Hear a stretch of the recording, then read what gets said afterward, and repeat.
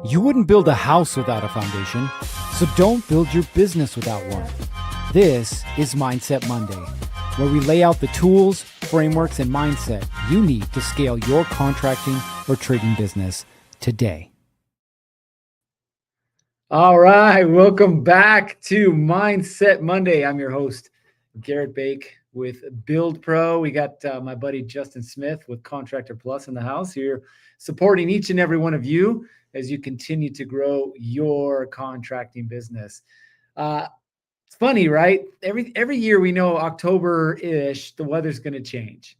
And it seems like things start to speed up, doesn't it? There's more holidays, and there's more family get-togethers, and there's more parties, and there's more obligations, right? Yet we forget about the biggest obligation that we have, and that is to YOU. The biggest obligation is you. Now, as we get rolling through here and you're here live, go ahead and drop your name and your business name, and we'll give you the good old shout out. We got Ryan in here first. I like it. Ryan Shemp with Divine Decking out of Bakersfield, California. Welcome to the show. All right, so let's get rolling through this, right? Here we are. Oh, there you are, Daniel. I was like, whoa, look at Daniel. He didn't get number one today. Aw. Daniel with Nova Custom Glass and Mirror checking in from Buford, Georgia. You in the mobile office again. I don't know. Ryan's giving you a run for your money. That's for sure. So here we are in October, right? Honestly, almost mid-October. Isn't it crazy to think? Here in Salt Lake, we have had over 3.5 inches of rain in the last 2.5 weeks, which is crazy, right? We had some pretty powerful thunderstorms and rainstorms. In fact, on Saturday, I went with my father, my brother, my son, my brother-in-law. We went over to the Arizona State Utah football game, and it was literally raining sideways. Kid you not. Go to my Facebook profile and you'll see the video that I posted yesterday. But it was crazy, absolutely nuts. The temperature dropped 25 degrees in like 30 minutes. I mean, it was bananas. We had a good time. I'm an Arizona State fan, go Devils from my childhood in Arizona. And hey, it is what it is, right? We got shellacked. Our starting quarterback was out, and anyway, we had a good experience. We'll say that. But here's the point of the conversation today. We get into this mentality or this mode, and it really also happens more often than not in Q4, right? Which is where we are right now. It happens because we I don't want to say autopilot. Autopilot's not the right word, but we get into this mentality where we have to grind, right? And I don't even know. Like, I've got this weird love-hate relationship with the grind. And normally for me, like I'm a grinder, if you will. Like, if you've ever seen me run, like I'm not the fastest, right? So I'm not going to break any land speed records. I'm just a grinder. Like, I'm just going to make it happen one way or another. Earlier this year, if you guys remember, within the space of 30 days, I ran a full marathon, and then we hiked the Grand Canyon, which is 50 miles in 24 hours. And we went probably 20,000, 25,000 feet of elevation gain. And all that was just a grind. And sometimes I find myself getting in this mode where I just put my head down. It's like, I got to work. I got to do. And all these things that got to get done. And I call it the checkbox lifestyle, right? You're just checking boxes. You're just checking boxes. What's the next thing? What's the next thing? What's the next thing? And you're just hustling, right? There's nothing wrong with periods of time where that happens. There's nothing wrong with it, right? We're business owners. Congratulations. We got to ride the highs. We got to ride the lows and everything in between. But what I don't want you to get stuck in is grind mode, right? The quote unquote always on. And you're waking up early in the morning, you're immediately answering your phone calls, your text messages, your emails, you're hitting the door before the kids are awake, or you don't have time to eat breakfast with the kids. Your stop for breakfast is usually the gas station. You're grabbing an energy drink and a breakfast burrito, and like you're just hitting it, right? And you're doing stuff, and the problem is not the doing of the stuff. The problem is what happens when all you're doing is the stuff, right? Last week, I taught 3 project management classes. I think a total of probably 100, probably about 100, maybe 110 total contractors that I worked with. 2 of the classes were specifically for business owners, and one of them was for project managers inside of other businesses. And I'll tell you from those conversations that the majority of contractors are still in grind mode. They're still thinking like, hey, I got to be the one that does this. I got to be the one that handles this. I got to be the one that stays up early or gets up early and stays late, right? Like, I got to be the guy. I got to be the guy. And you almost wear it like a badge of honor. Like, hey, bro, it's 11 o'clock at night. Check me out. Still doing estimates, right? Hey, bro, it's 4 a.m. hitting the road for that first job, right? And we're like enamored with this hustle and grind mode. The problem is it's not going to take you where it is that ultimately you want to go. It's not. And I know this, again, based on experience. I think this year, I'm going to have to update my slides. This year we'll have crossed over 1,000 contractors that we've worked with. And I'll tell you the theme that I see across the board. But first, I want to give you a couple stats. Okay, ready? 42% of contractors, 42% say that they experienced burnout in the last month. 42%. This was according to the Life Hack Method. 42%. That means that probably 1 out of every 2 of you did, if not more, right? Here's another stat. 33% of contractors report working more than 50 hours a week and experiencing some sort of burnout. Now, working itself is not a bad thing. Trust me, I'm a worker, okay? But it's working for the sake of work. That's the problem, okay? As I've gotten older, I would like to say I'm getting wiser. That's debatable. I'll have to ask my wife on that one. As I get older, we start to look at this and go, is there a better way to do it, right? Is there a better way other than me doing everything? Inside of our commercial construction management company right now, we're focused on growth and additional opportunities. But the uniqueness about this business is we're not growing by doing more. We're growing by adding more people that can do more. Think about that for a minute. We're not growing by doing more. We're growing by adding more people that can do more. Give a little shout out here. We got Alex Christensen with Rustic Mountain Build Design out of Collinston, Utah. Welcome to the show. Edward Schwartz says happy Columbus Day. And Amanda with Almost Anything Remodeling. Welcome to the show. Now, listen, as you're thinking about this, okay, I want you to picture this. Once a year in January, we do an annual workshop with clients. You guys are all invited. Don't worry, we'll give you the invite. Once a year, we do a meeting with our clients. And during this meeting, we ask a very simple yet profound question. And it's this: what if next year you couldn't do anything that you're currently doing in your business? What if? What would you do? And it makes you start to think about, okay, well, what do I need to automate? What do I need to get rid of? Who do I need to hire to take over this thing? Right? We got Julie and Bert. Welcome to the show, Julie. So the goal then is not to do more. The goal is to learn how to grow the business by having other people do more. We're currently in this weird place, I'll call it, right? Internally with Build Pro, is we're starting to hire more people. We've hired one coach, about getting ready to hire a second coach. And we're looking at, for lack of a better term, an event coordinator, because we run our monthly workshops, our quarterly workshops, and our annually workshops. There's a lot of moving parts inside of that. So we're looking at adding more to the team, but it's not by me doing more, right? So I want you guys to start to think this way. What would my business look like if it grew by me doing less, not more? Okay. Now, we have to pop a little bubble, and that bubble is your ego. And that's your ego saying that I have to be the one to do the thing. I have to be the one that does the custom glass. I have to be the one that builds. I have to be the one that does plumbing. I have to be the one that does excavation. I have to be the one. And if you continue to think that you have to be the one, then you're screwed. You're screwed. Your business will never grow. Last month, I went to California to visit with one of my clients. And during that time, we actually had a workshop here at the office. It's the first workshop I've ever had where I was not directly involved. Yes, I planned and organized it, but I wasn't directly involved. We had Ryan, who's our marketing expert, and Adam Breen, who's a home builder, run the workshop. And then we had my wife, who stepped in here on the back end and helped coordinate everything.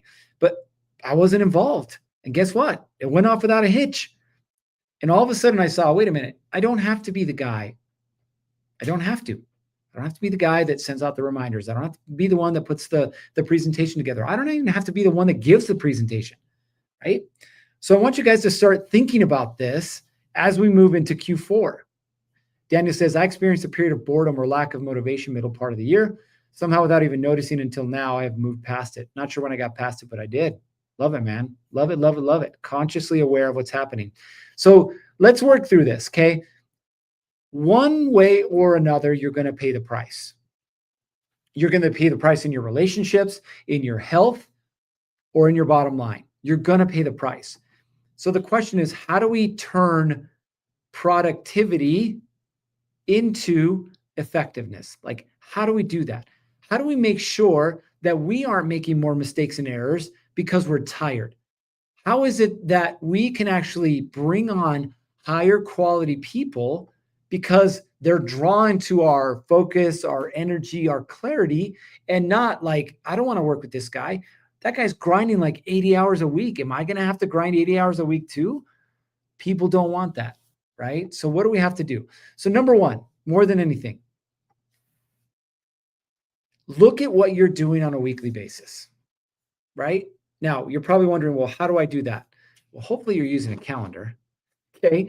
But look at what you're doing on a weekly basis. And what I started to do is I said, okay, what is something that I keep doing repeatedly that I can hand off to somebody else? Super simple question, right? What am I doing repeatedly that I can hand off to somebody else? Funny story, perfect example this morning. We've been doing Mindset Minded for a couple of years now, right? And Justin and I usually are on the back end coordinating, hey, you know, what's the topic and what are we sending out? What's the message? All this stuff, which is great. Until I realized this morning that I've been doing that for 2+ years. And I sent a message to my office manager and I said, hey, instead of you sending me the email that you created about the workshop or about Mindset Monday, and then I take that and forward it on to Justin, how about from here on out, you just send that directly to Justin? Now it sounds silly, right? It takes me, 30 seconds, right? But I got to find the email, then I got to send it to Justin, then I got to tell Justin that I sent him the email. How many of those 30-second, 1 minute, 5 minute, 10 minute, 30-minute tasks are you doing throughout the day that are distracting you from what you should be doing, right? Again, just a perfect little example. With the relationships that I'm building in our commercial construction management company, I have a time during the day that I focus on building those relationships. Outside of it, I don't. But guess what?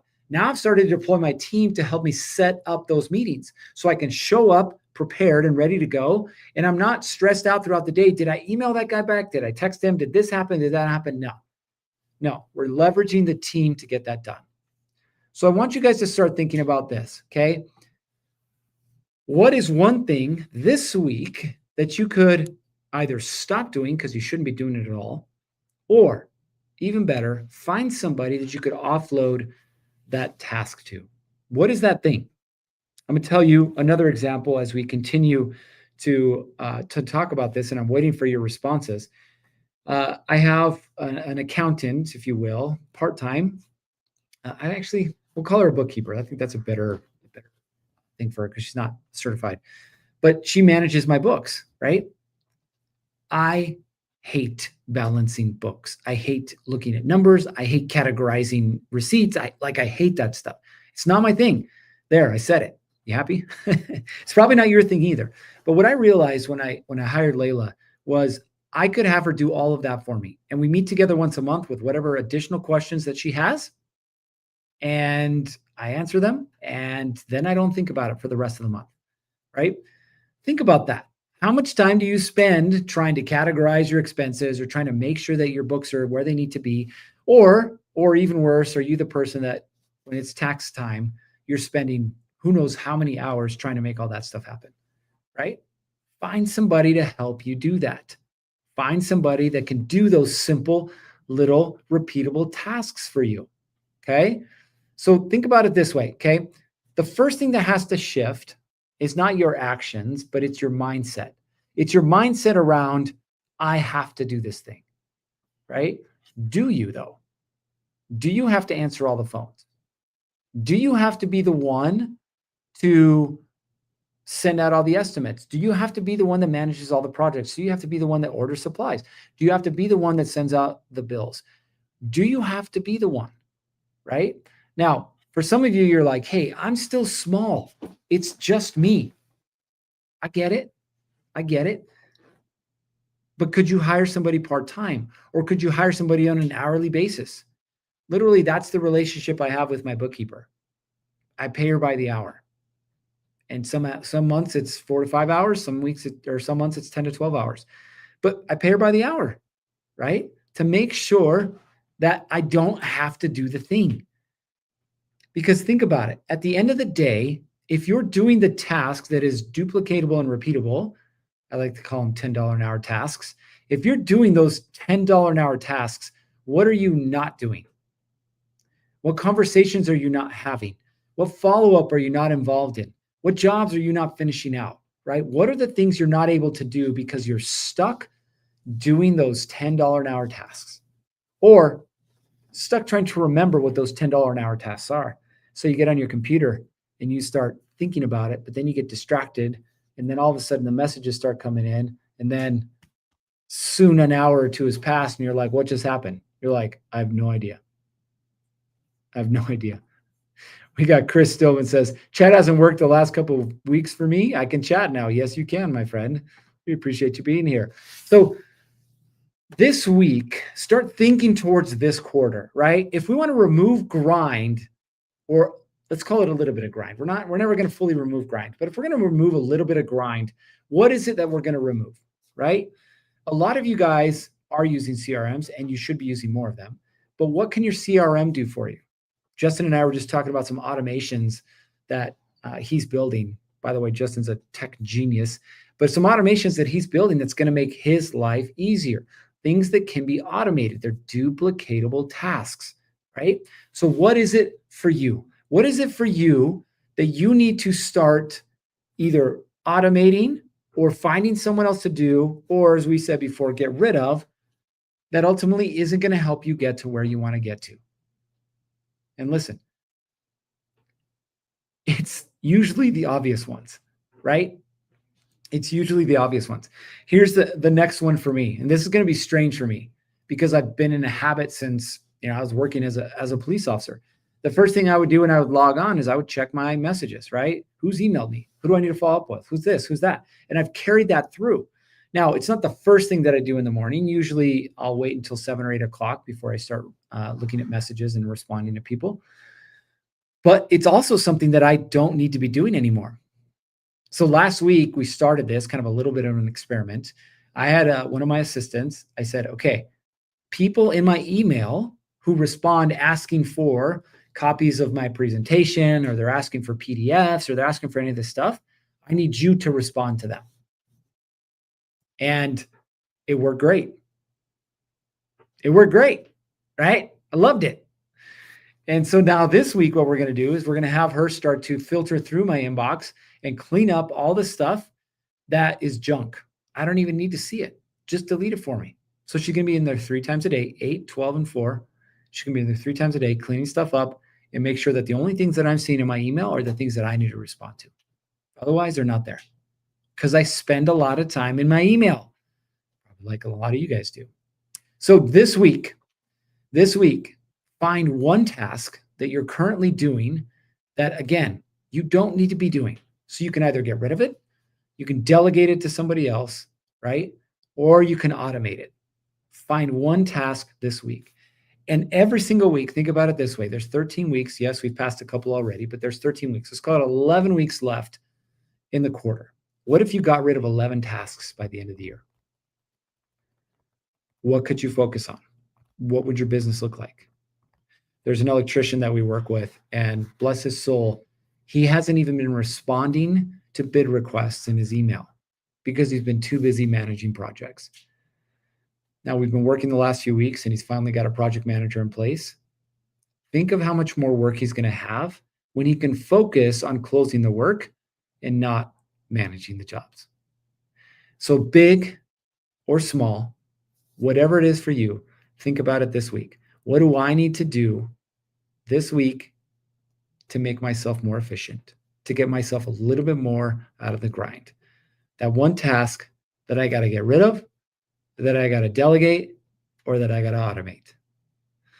All right, that's it for today. If you guys are interested in joining our Build Pro Blueprint program, we're actually kicking our next one off this week. The next one will start here in a few weeks. But if you're interested in it, you can go, let's see, do we have the website? I think I do. I don't know if I got that to you, Justin. Let me see if I can find it here.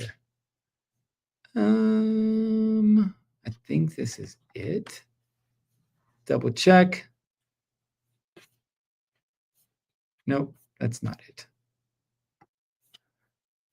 Well, I'll get it to Justin and we'll get it over to you guys. But for now, just do the thing that needs to be done this week and eliminate the thing that you shouldn't be doing. All right, you guys know what time it is. It's time to get after it. 3, 2, 1, off you go.